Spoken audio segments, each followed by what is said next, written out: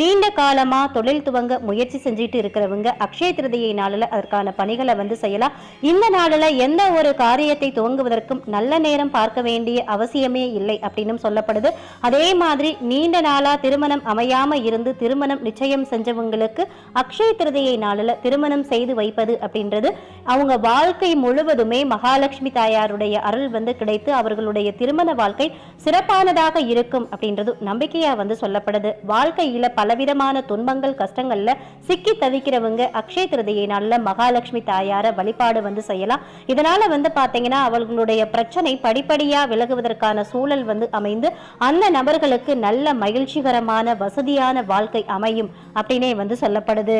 அக்ஷய திருதி அன்னைக்கு தங்கத்துல முதலீடு செய்தா வீட்டுல செல்வ செழிப்பு பெருகும். அதனாலதான் பாத்தீங்கன்னா இந்த நாளில தங்கம் வாங்குவது சிறப்பு அப்படின்னு சொல்லியிருக்காங்க. இந்த நன்னாளானது குறைவற்ற செல்வத்தையும் ஒப்பில்